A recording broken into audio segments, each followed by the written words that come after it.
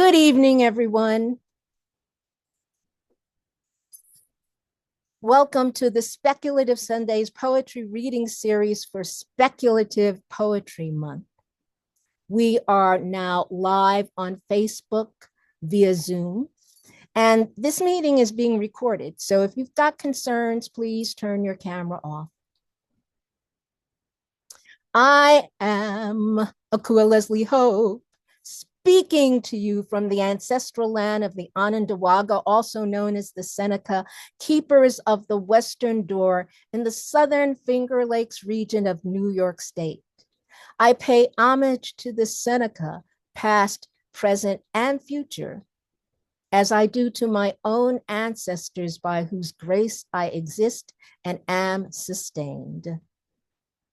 The series, the Speculative Sundays Poetry Reading Series, was made possible in part by an artist development grant from the Arts Council of the Southern Finger Lakes, funded by the Community Foundation of Elmira Corning and the Finger Lakes, and by poets and writers with public funds from the New York State Council on the Arts. This year, the statewide community regrant program, a regrant program of the New York State Council on the Arts with the support of the Office of the Governor and the New York State Legislature, and administered by the Arts Council of the Southern Finger Lakes, enables us to be here. Thank you, funders. This reading is being recorded, as I said, so I'm reminding people who are now joining us that it's being recorded. So if you don't want to be seen, turn your camera off. Let me tell you a little bit about the series. Inaugurated in September 2020, the series seeks to address the lack of presentations of speculative poetry by its living creators. Now, in its 6th year, the Speculative Sundays Poetry Reading Series has presented over 50 hour-long events, including over 80 poet readings. Speculative poetry, ancient of days, older than the flood, the poetry of possibilities, centers the imagined as real. The first recorded human literature, was speculative verse. Gilgamesh, the Ramayana, the Mahabharata, the Iliad and Odyssey, and Beowulf are ancient examples. Speculative poetry includes alternate history, apocalyptic, astropoetry, cryptid, cyberpunk, dystopian, fabulism, fairy tales, fantasy, folklore, futurism, horror, magic, monsters, mythology, occult, paranormal, post-apocalyptic, robots, romantasy, science fiction, shifters, slipstream, solar funk, space opera, superhero, supernatural, sword and sorcery, sword and soul, steampunk, time travel, utopian, and weird. It takes all poetic forms plus one of its own called sci-fi coup. From nursery rhymes to Edgar Allan Poe's The Raven, from Puff the Magic Dragon to Zombie Jamboree, we've all recited and sung speculative poetry. You can find the series recordings on the Speculative Poetry YouTube channel, and the list of past poets is on our website. So let me introduce the first of our 2 readers this evening.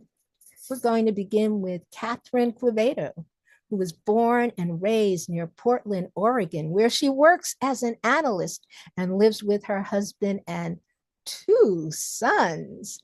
She's author of the Elgin Award-winning chapbook, The Inca Weaver's Tales, from Sword and Kettle Press, and the fantasy novella, Thrice Petrified, from of Metal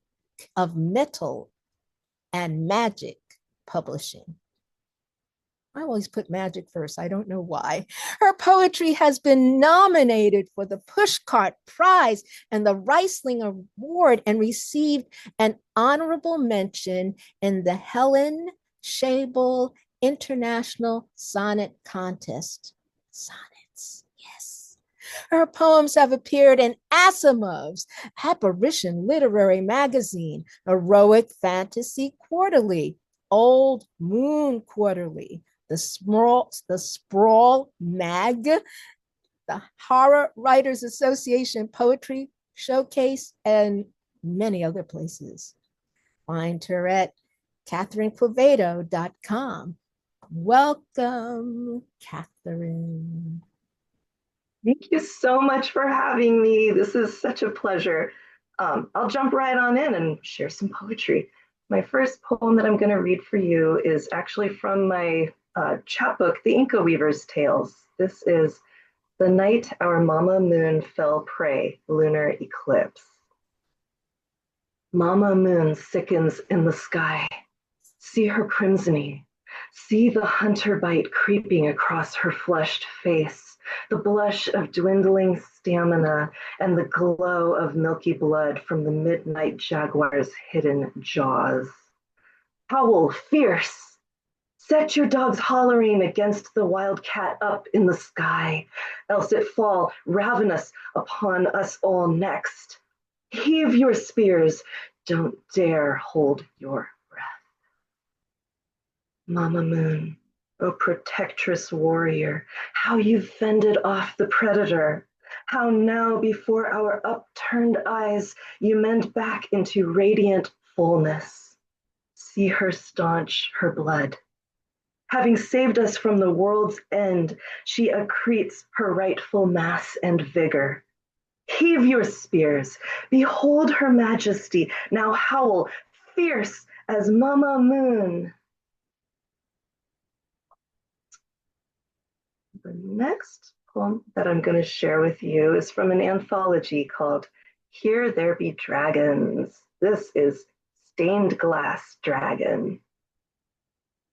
From the sharp webbing of its wings slicing the air to its bones like metal frames for each radiant panel of flesh, when it thrashes its long prismatic tail and pries its jaws, emitting molten, white, bright, flashing tongues of light, you see the heart, the source, all the colors of afterimage upon closed eyelids, but open now to the spectacle of someone who bends light to their will, who scalds the air with their voice, an eternal roar.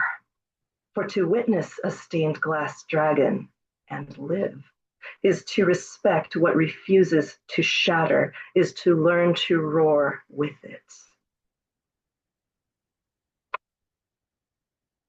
I'm gonna transition into some science fiction here. This is a poem that came out this year in a place called Project Abiona. This is space-grown chocolate tasting notes. We spied those bulbous pods hanging in gold clusters inside the greenhouse, and we sighed for all those long, cold, dark months about the furrowed shapes, oblong as squashes, housing the cocoa beans in white inertia inside their thick skin, protecting their cargo in mucilage, as though in stasis for interstellar travel. Knew we'd have this moment of tasting this extracted, fermented, dried and roasted bounty, the conched and tempered mix, liquid molded and hardened like most precious starship fuel for the mouth, dark brown bars with hints of rose and honey and bananas and cane sugar and coffee and treasured soil, the sweet and spicy and umami of earth in a holy landing onto our patient tongues as we emerge at long last free from our own crowded pod.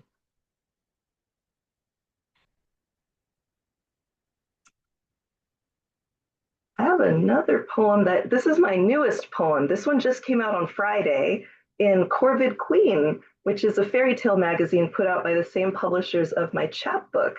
This is a poem called The Emerald Tapestry.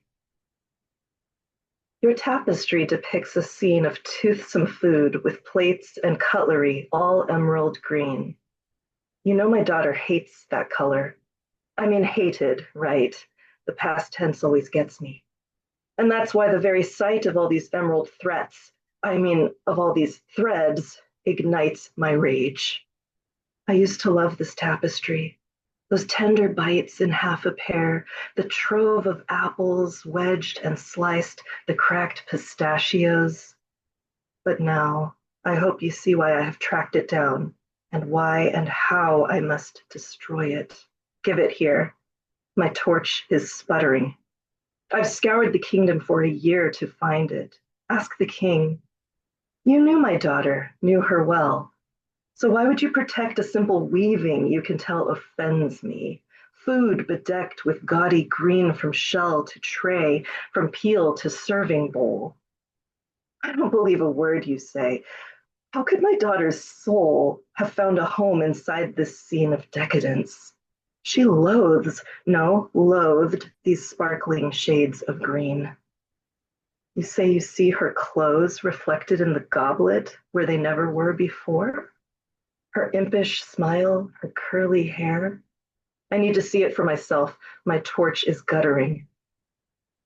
By its faint light, I see her now, her spirit lingering inside the tapestry. My dear, my precious one. And look, around the goblet's rim, a tiny script like from a book or scribbled on a whim. I know you loved this color up until you learned that I did not. I'm glad you found this cup containing my goodbye, surrounded by the verdant shade that makes me think of you. What can I say? I'm glad you stayed my hand. But if you knew she waited for me all this time, why did you hide from me your fabric feast of sparkling lime, your emerald tapestry? You knew this moment had to come. You knew my quest. You know my will. I won't be swayed by some last-second desperate show of art appreciation. Wait, you say you loved her too? You used to love each emerald plate till she said she loved you? You held her hand in secret, and you fed each other pears? I get it now. I understand. Love takes us unawares. I wish you'd told me sooner. I would rather not have spent a year when you knew right where my beloved daughter went. Now, in the afterlife, it seems she likes the green. At least I notice how her figure beams among that woven feast. Her message speaks to both of us, apparently. She learned to tolerate our emerald. Thus, I needn't see it burned. You keep your tapestry. I quit my year-long quest. I doubt I'd feel relief by lighting it. My torch has guttered out.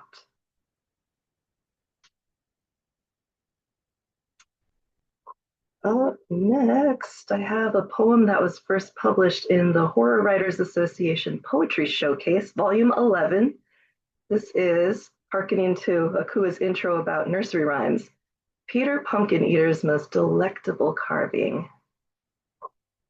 Armed with handsaw, gouge, and chisel, Peter Pumpkin Eater toiled by candlelight till his fingers blistered. Somehow his pumpkin never spoiled.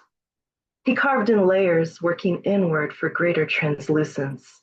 Outer rind gave way to tender, paler, thinner, wetter flesh.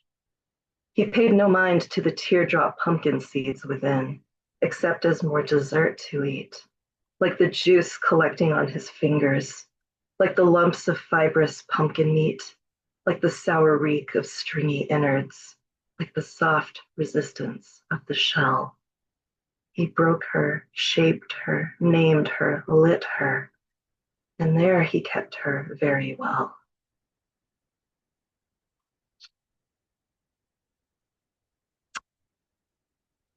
Gonna have a little short one for you from Seaborn Magazine. This is The Kraken's Bite. Too shallow a bay for the Kraken's bulk, but room enough to corner a feast of flashing scales and undulating fins, to disgorge a cloud of undigested bits as bait to tempt them out, closer to the Kraken's roundedness, its round eyes, round suction discs in writhing rows, round gaping mouth, the rounded cut of the coastline where this bite will betray its fish.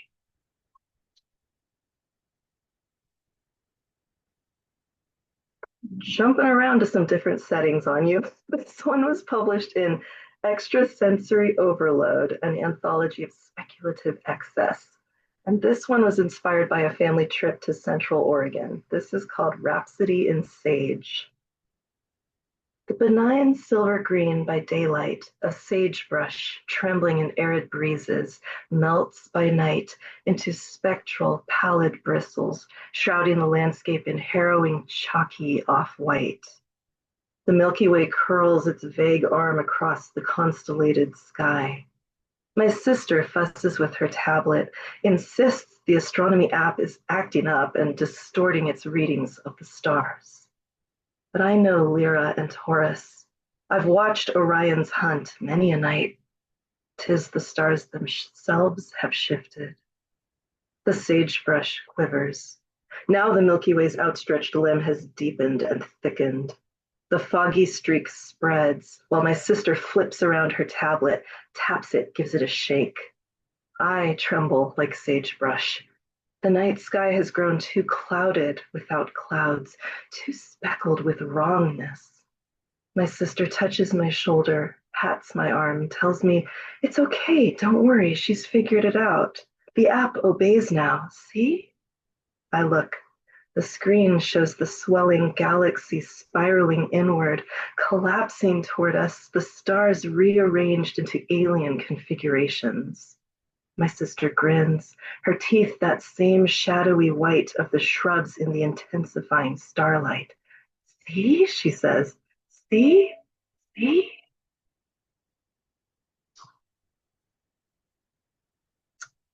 And Akua also mentioned fairy tales. I have a poem now that was first published in Analogies and Allegories Literary Magazine.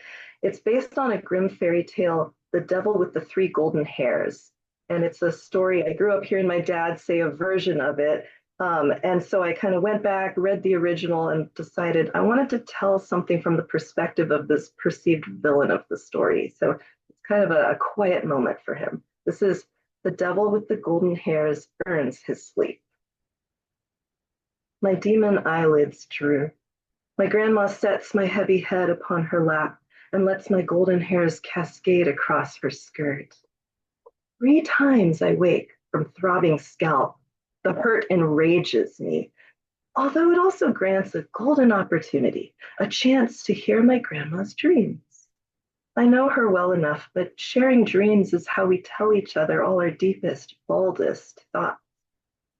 Tonight she sees a dried up well, the knots upon a barren tree, a boatman who deplores his lot in life. I feel it too, that emptiness these images reveal. It burns me worse than headaches. Those will heal, unlike a restless mind at its most pure. Tonight, for once, I try my best to cure my grandma's yearning, just a little bit, the least that I can do for one who'd sit and stroke my head to help me sleep. I share solutions known to me alone, out there beyond the comforts of our dingy house. A toad beneath a stone, a gnawing mouse, a stranger's hand in which to thrust an oar. I hope I've helped. She smooths my hair. I snore.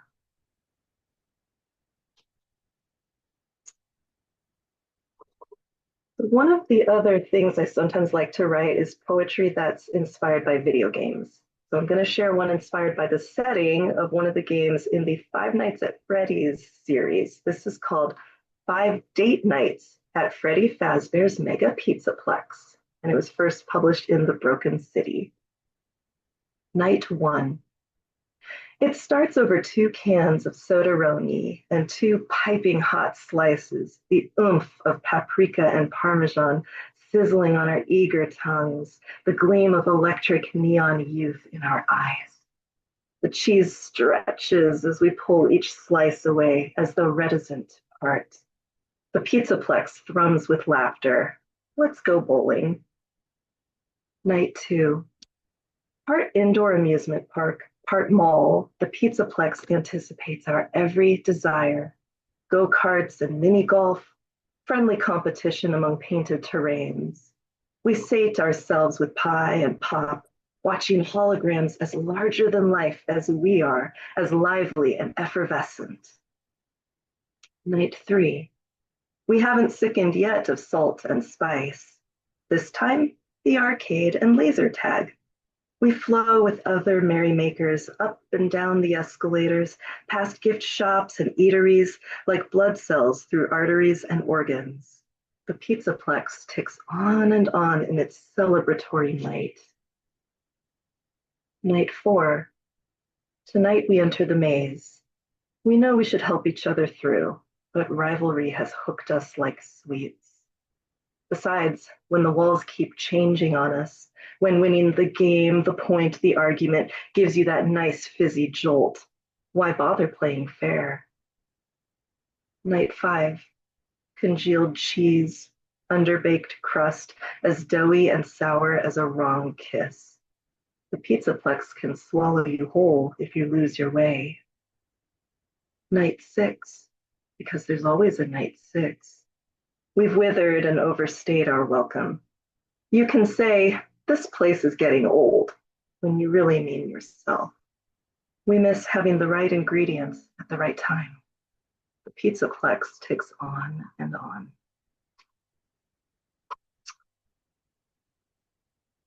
The next poem is also from the Horror Writers Association Poetry Showcase. This one is from this year's Volume 12.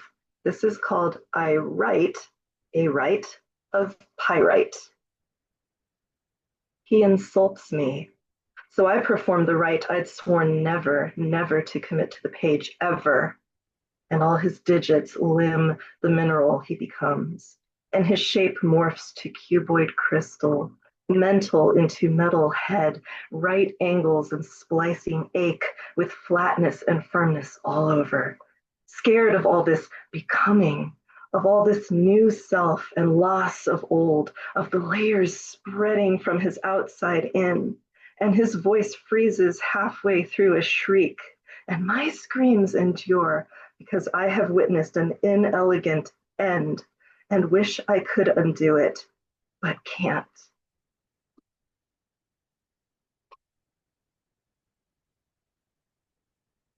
The poem now that was published in Old Moon Quarterly. This is called What They Don't Tell You About Training to Slay. What they don't tell you about training to slay is that each callus roughens the easiest parts of you. The hardest parts refuse to rough.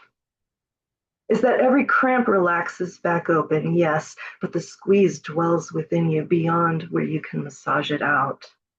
The tongue and heart are both muscles. Is that the enemy's eyes do not resemble those of your trainer in the least. They lack secret encouragement, and they destabilize with how much they resemble your own. Is that dents on the surface do not equate to greater sharpness unless you let them. And in that case, you may well throw out your training and choose mercy.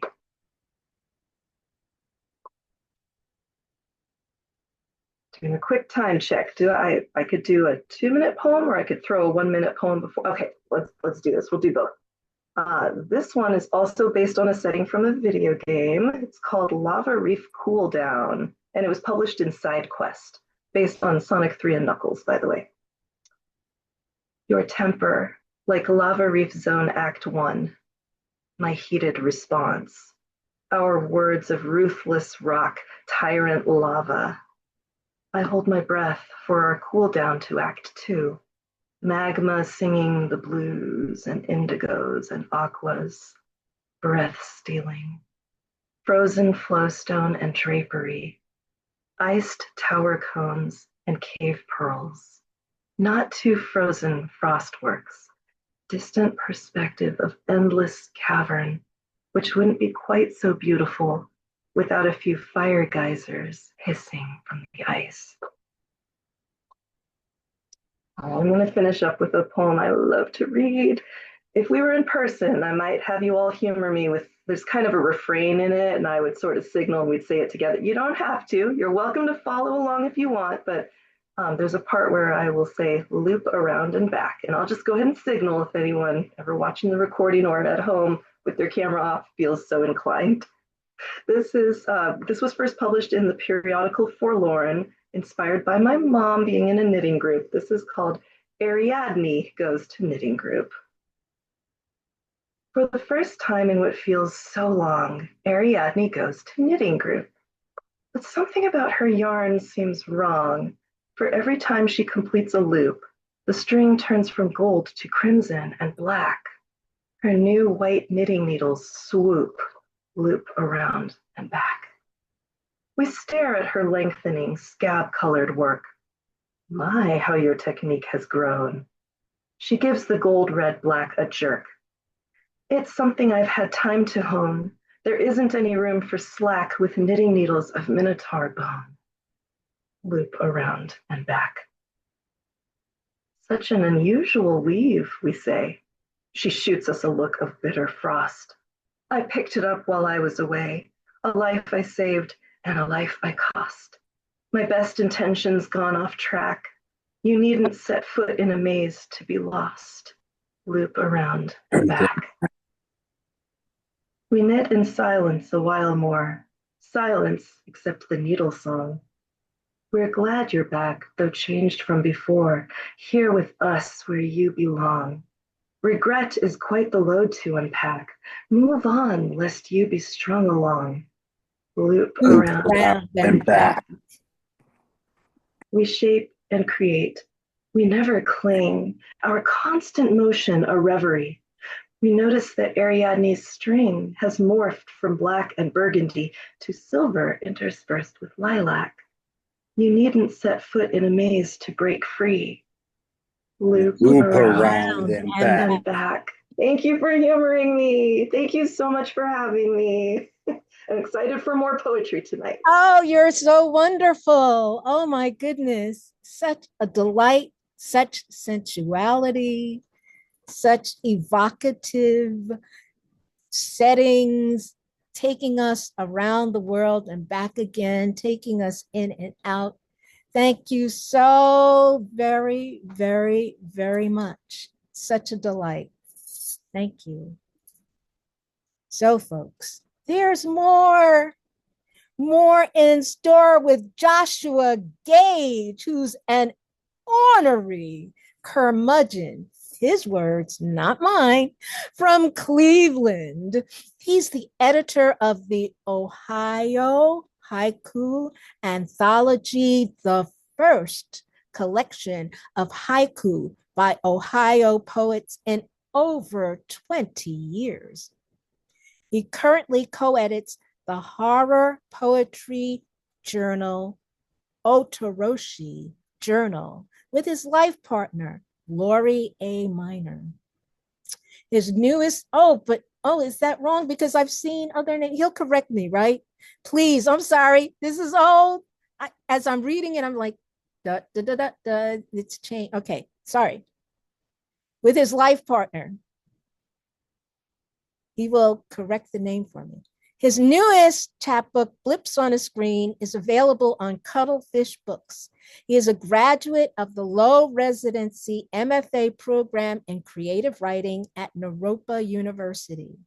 He has a penchant for Pendleton shirts, Ethiopian coffee, and any poem strong enough to yank the breath out of his lungs. Oh, I love that declaration. Welcome, Joshua Gage. Thank you so much, Akua, for having me. Thank you so much for inviting me to the Speculative Sundays, and thank you, Catherine, for such an outstanding reading. I love your internal pulse, the rhythm of your poems. That poem in Corvid Queen, I love the iambic meter and the rhyme scheme, and then mad love to old school grim poetry and poems based on grim fairy tales. Love it, love it, love it, and your sense of form is outstanding. And I hope to honor you by reading quality poems such as yours. Um, the word poem in classical Chinese is composed of two characters, word and temple. Poems are therefore temples made of words, sacred spaces where we encounter the divine. Um, I want to first off start with a poem that works both as invitation and invocation. Catherine has done a great job honoring the mic and honoring the stage and honoring the poets that have come before us. But I want to do my own sort of invitation and invocation as well. So this is a Song of the Fisherman's Wife based on a Hokusai print.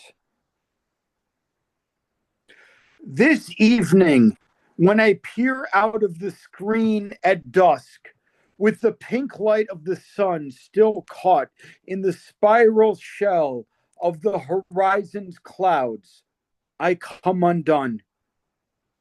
I whistled the song my husband taught me, a song to summon octopi into their traps, and I am surely seeking something as sacred as octopi in this city so far away from the lullaby of waves. The song works as usual, and octopi slip into my room with the smell of salt water and are bewildered to be in an apartment deep in the belly of Sapporo.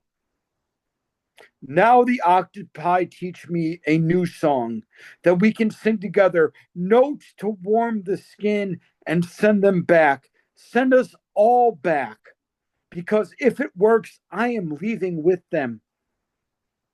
It is nearly night, and I can hear Otaro calling, can feel the moon as it pools my body's tides.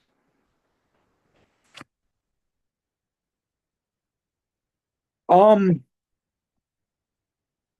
so back to Catherine's poems based on Grimm's fairy tales. This is a poem based on Grimm's fairy tales.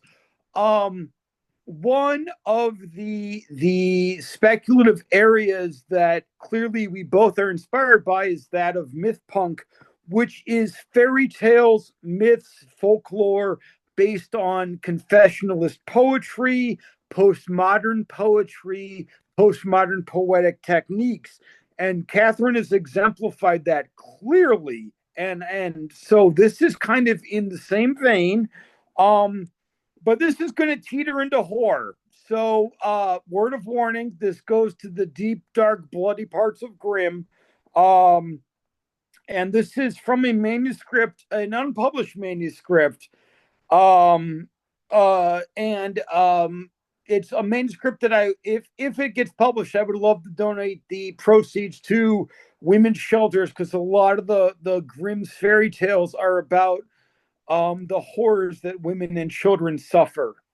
So this is called A Mother Speaks.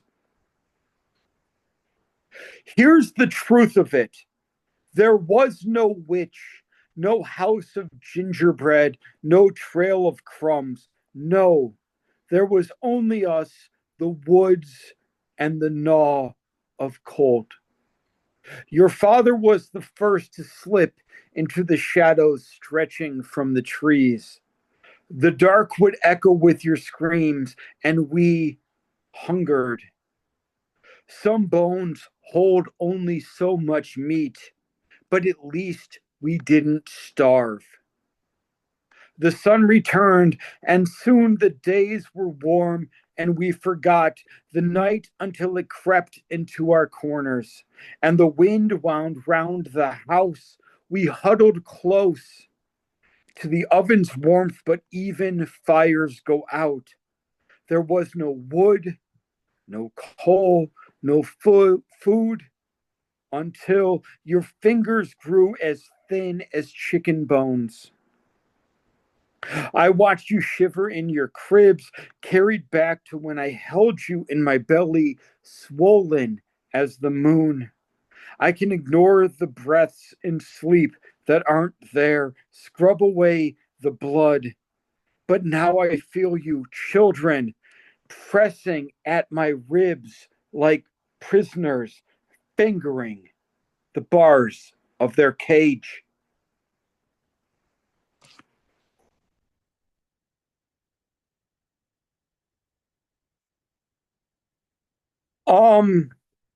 One of the things that I am known for is horror-ku, sci-fi ku, my passion about speculative haiku.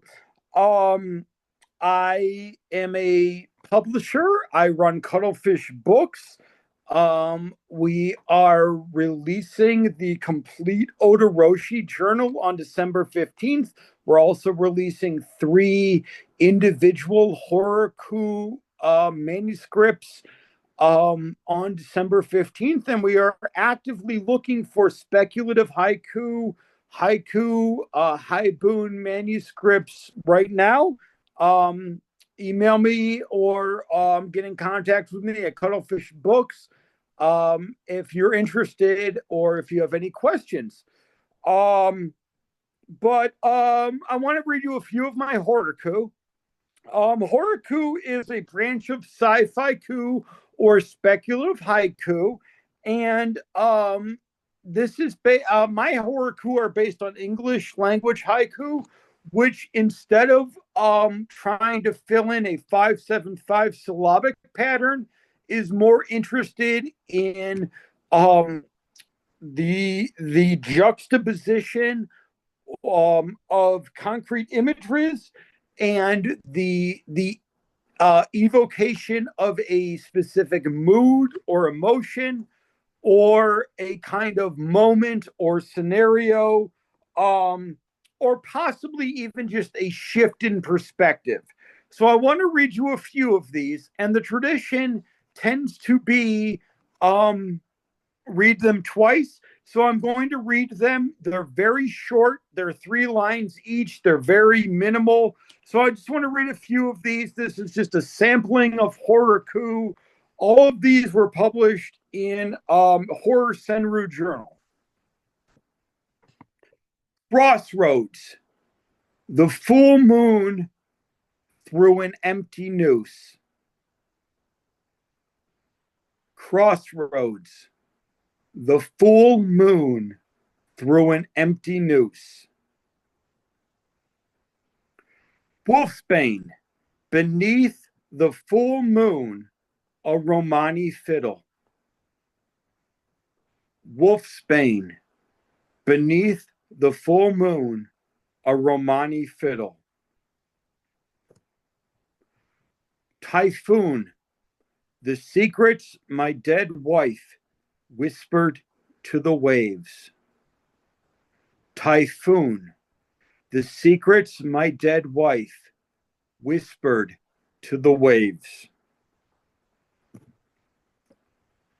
Family crypt. The iron spike in the witch's skull. Family crypt. The iron spike in the witch's skull.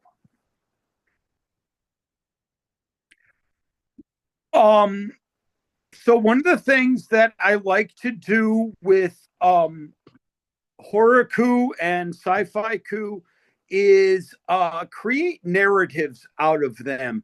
And there are many poets who have proposed creating narratives with both haiku and tanka. So I like to do the similar things with sci-fi ku and sci-fi tanka. This is a poem that was published this year.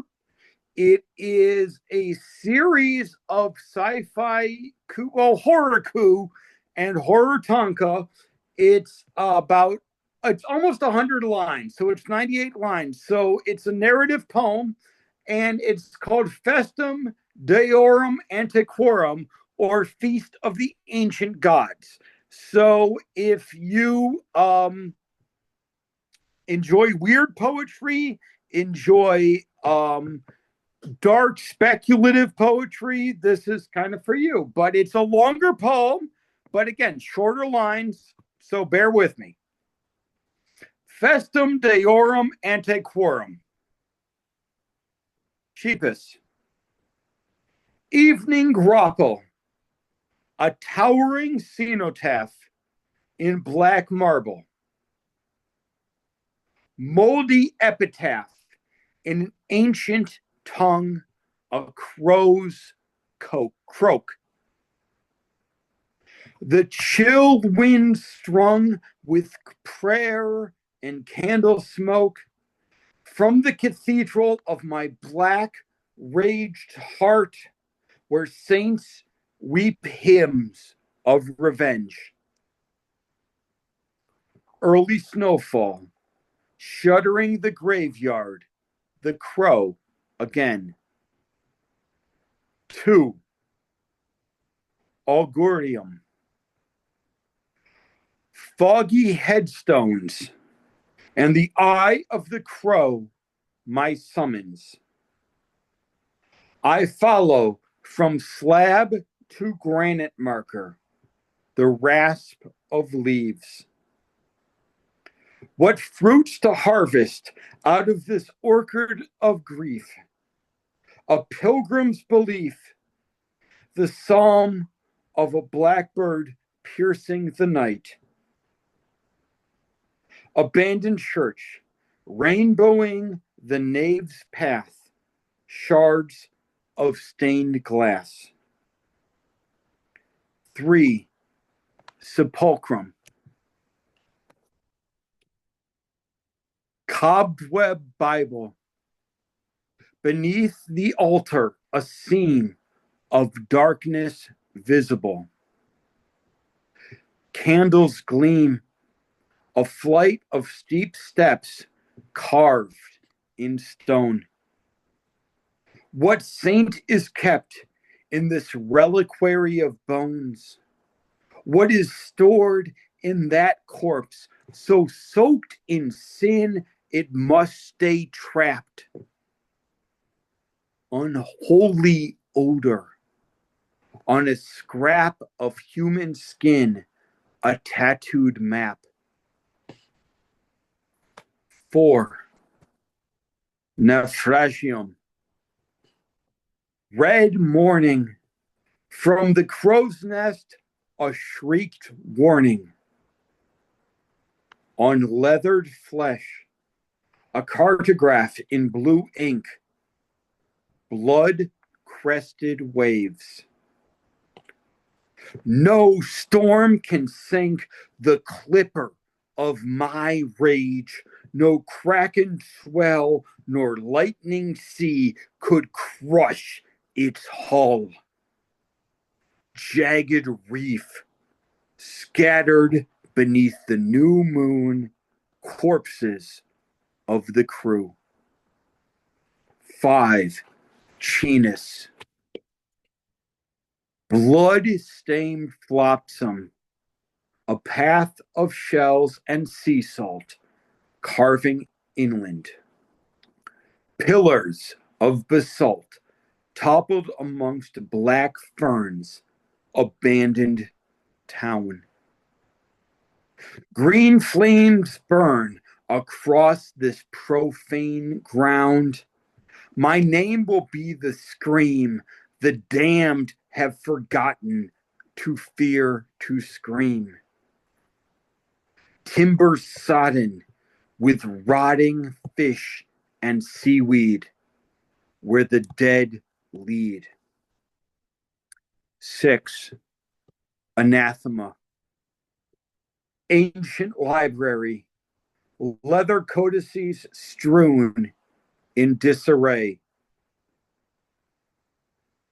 Silvered moon, anthropodermic vellum, hand writ in blood. Incantations, summoning hungry gods to cleanse this planet, devouring its cancer of human parasites. Waning candlelight, chants without answer, echo off granite. 7. Amentia. My soul offered slowly down the road the sound of water. Evenings cold, timbers of the village rise with the flood. Starless skies, snarled with blood, a rift splits, unbinding this rank soil and its captives with it. Tongues uncoiled, prayers I don't know froth in my mouth.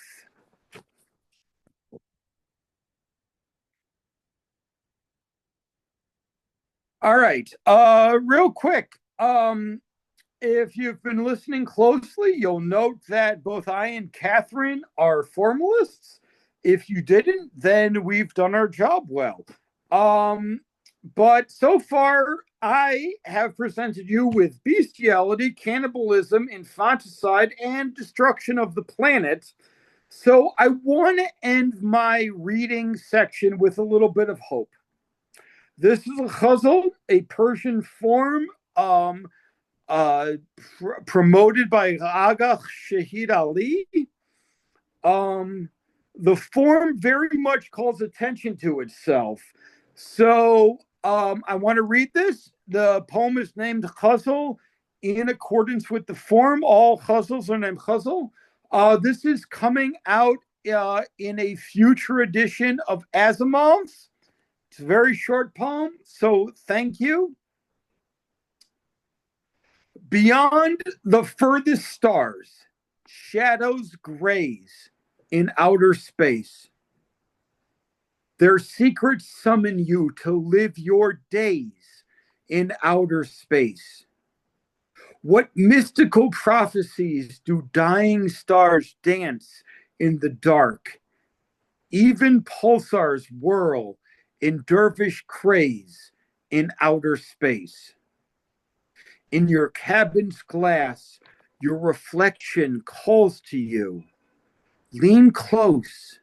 What do its starry whispers convey in outer space? In the days unborn, my siblings will scrawl their words across the night like methane ice Enceladus sprays in outer space. On origami, tight folds of Kapton film, a Kerouac thumb to hitch the sun and ride on solar ways in outer space. When your wandering is over, return to me in my garden. Find this pilgrim kneeling where he prays in outer space. I want to thank you all for staying with us. Thank you for putting up with me and my poems. They say people are like flowers. I thank you for letting me wander through your garden. Go in peace. Thank you so much, Joshua Gage.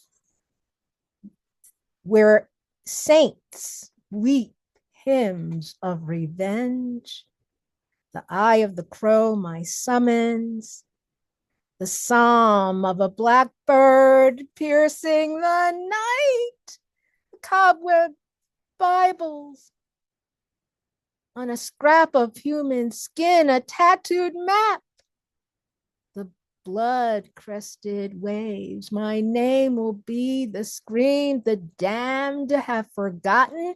Whoa, whoa, whoa, you took us. You used those interpenetrant words.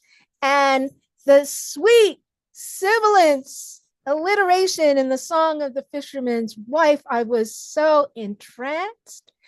I have a question for you. Please unmute, and maybe others do too, because in that 98 long, I wrote it down, the Arboretum, no, not the Arboretum. There was rhyme, and I was just like, are you allowed to rhyme when you're cooing? Of course you are. And if you look at certain translators, Kenneth Yasuda specifically rhymes his translations of the first and third lines. The sections in Festum Deorum Antiquorum are 3 haiku and a tanka. Mm-hmm. It's basically 2 haiku, tanka, haiku, and the rhymes are a sonnet. So absolutely, the rhyme is there. The rhyme is intentional, and from your lips to certain editors' ears. Okay, mm-hmm. I'm still smarting when certain pieces that I thought were very clever were like, you can't rhyme in your haiku, and it was sci-fi. You can't rhyme in your sci-fi. Right. Katherine, please unmute so that we can all chat together for our last few minutes, and in case people have questions for us. Now, I want to tell people that in the chat, I'll post it again, where you could get some giveaways should you choose to sign up and make your email available for further blandishments from various authors. So the link is there. I tried to make that easy. And if you all don't have any questions, I've got one or two. Joshua already stealing my thunder, because I was going to ask both of you about your relationship to form. So Joshua is totally avowed and declarative in his relationship to form. And 100%. And I wanted Katherine to have an opportunity to comment on that, since you were both skilled in deploying it. Don't unmute, Joshua. Keep chatting. Let's chat. We've only got 4 minutes. I just want to give Katherine some space to talk. I don't want to monopolize the mic. No, she can talk over you. Just go for it. Yeah, I'll jump in. I mean, it is really exciting to meet another formalist. I feel like that's maybe not the majority these days, but yeah, I definitely gravitate toward form. You know, I like having a structure. It's kind of one of those ideas of how a constraint can actually free up the creativity, because then it becomes almost like this puzzle solving side of your mind that knows what you're trying to fit into this container, and it's how can you do it in the most creative and exciting and sometimes subtle way possible. So absolutely love me some form. If anything, I actually had to try to actively teach myself free verse. And then from there, branching out to prose poetry and, concrete poetry, but definitely I love formal structures. And I think it's exciting to hear that they have a place. And actually, Joshua, I so appreciated your readings, because I feel like the areas I haven't actually tackled a lot of haiku, much less sci-fi-ku or horror-ku, and now I'm very inspired. And same with tanka. It felt like, and ghazal, like all these things you're doing are the ones that were sort of on my list of like, oh, someday, I don't know if I'm ready. So that was so exciting to hear them in action and just how much you can convey through those forms. That was awesome.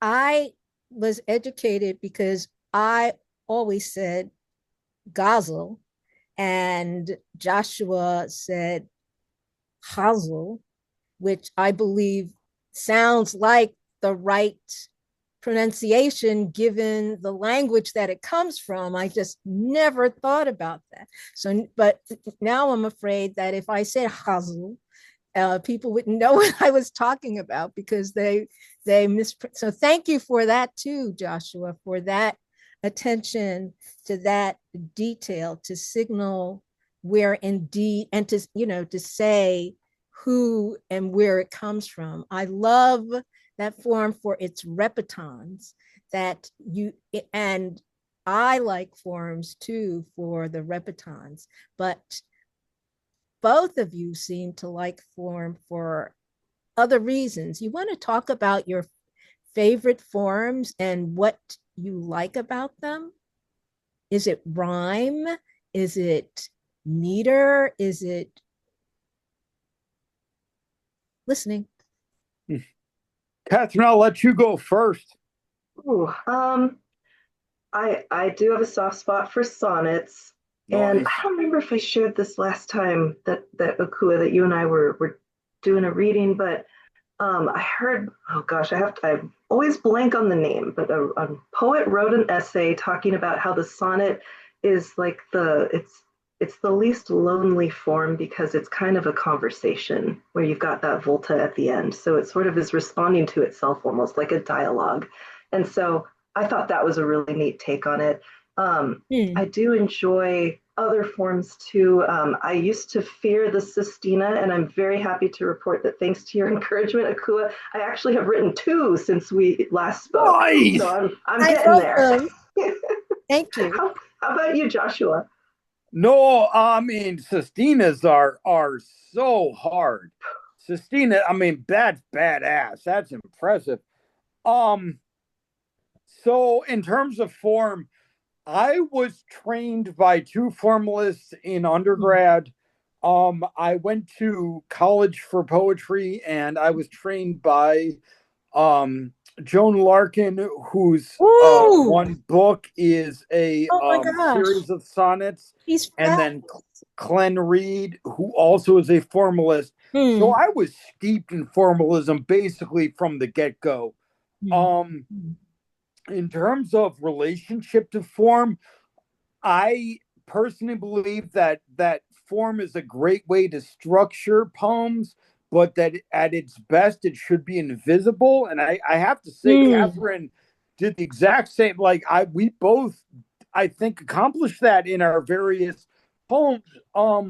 You can detect the rhythm, you can detect the internal rhyme, the end rhymes, but the way both of us phrase our sentences, break the lineup, the internal caesura, the end lines, and the enjambment. The enjambment, exactly. Is your friend. It's beautiful. It's absolutely sonorous, and mad props to Catherine for the skill with that meter and the rhyme.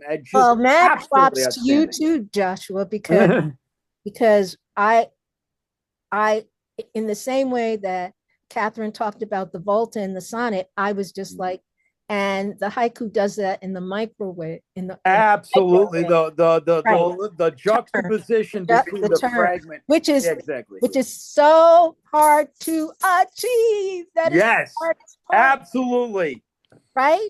To do that turn, to do that sudden. Oh, I could keep talking, but it's 8:01, and so I won't. What I will say again is thank you so much, Katherine Quevedo.